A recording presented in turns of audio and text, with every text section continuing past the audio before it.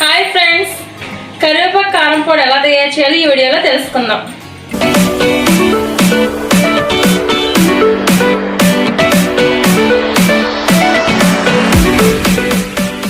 కరివేపాకు కారం పొడికి కావలసిన పదార్థాలు: ఎండబెట్టిన కరివేపాకు, పలుకులు, పచ్చెనపప్పు, మినప్పప్పు, జీలకర్ర, ధనియాలు, కారం తగిన ఎండుమిర్చి, వెల్లిపాయలు, ఉప్పు, ఆయిల్. ముందుగా స్టవ్ ఆన్ చేసుకొని స్టవ్ మీద కడాయి పెట్టుకోవాలి.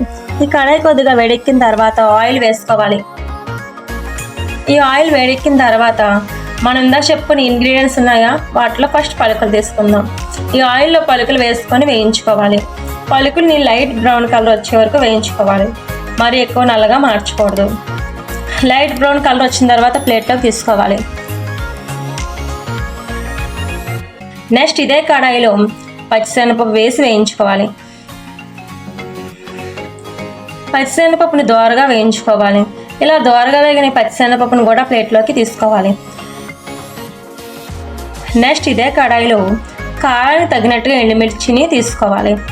అంటే ఎక్కువ స్పైసీనెస్ కావాలంటే ఎక్కువ ఎండుమిర్చి, తక్కువ కావాలంటే తక్కువ ఎండుమిర్చిని తీసుకోవాలి. కొద్దిగా కలర్ చేంజ్ అవుతున్నప్పుడు ఎండుమిర్చిని ప్లేట్లోకి తీసుకోవాలి.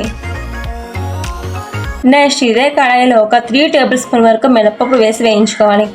ఈ మినపప్పు ఎగుతున్నప్పుడు ఒక రకమైన స్మెల్ వస్తుంది చూడండి, ఈ స్మెల్ భలే ఉంటుంది. సో మినపప్పుని కూడా దోరగా వేయించుకోవాలి. ఇలా దోరగా వేగిన మినపప్పుని కూడా ప్లేట్లోకి తీసుకోవాలి. నెక్స్ట్ ఇదే కడాయిలో ఒక 2 టేబుల్ స్పూన్ వరకు జీలకర్ర వేసి 5 సెకండ్స్ వేయించాలి.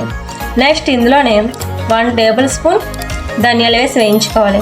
ఈ రెండింటిని 5 సెకండ్స్ వేయించిన తర్వాత కరివేపాకుని వేసుకోవాలి. ఈ కరివేపాకుని శుభ్రంగా కట్టి ఒక రోజంతా ఎండలో ఆరబెట్టుకొని తీసుకోవాలి. ఇప్పుడు కరివేపాకు, జీలకర్ర, ధనియాలని బాగా వేయించుకోవాలి. చూడండి, కరివేపాకు కలర్ అనేది చేంజ్ అవుతుంది. సో కరివేపాకు ఇలా బాగా వేగిన తర్వాత దీన్ని ఒక ప్లేట్లోకి తీసుకోవాలి. సో ఇప్పటి వరకు ఈ నూనెలో వేపిన వీటన్నిటిని, పప్పులన్నిటిని, అలాగే ఎండుమిర్చిని, కరివేపాకుని, వీటన్నిటిని బాగా చల్లారబెట్టుకోవాలి. ఇలా చల్లారబెట్టుకున్న వీటన్నిటిని మిక్సీ పట్టుకోవాలి. దీనికోసం ముందుగా మనం ఒక మిక్సీ జార్ తీసుకుందాం. ఈ మిక్సీ జార్లో ఫస్ట్ ఈ పప్పులు ఉన్నాయి కదా, పప్పులు ఎండుమిర్చిని మిక్సీ పట్టుకుందాం. ఈ మిక్సీ జార్లో పలుకులు, మినపప్పు, శనగపప్పు, అలాగే ఎండుమిర్చిని వేసుకొని మెత్తని పొడిలా మిక్సీ పడతాం.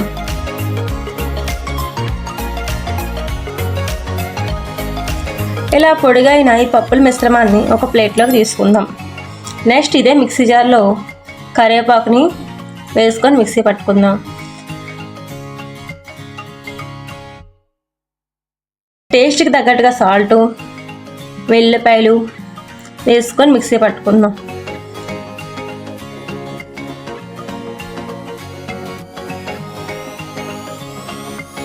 దీన్ని కూడా మధ్య మధ్యలో కలుపుకుంటూ మిక్సీ పట్టుకోవాలి.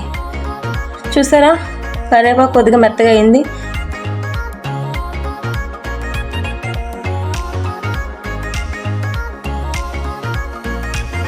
మనం మిక్సీ పట్టుకున్న కరివేపాకు పొడిని, అలాగే ముందుగా మిక్సీ పట్టుకున్న పప్పుల పొడిని, ఈ రెండింటిని కూడా ఒక ప్లేట్లో వేసుకొని బాగా కలుపుకోవాలి.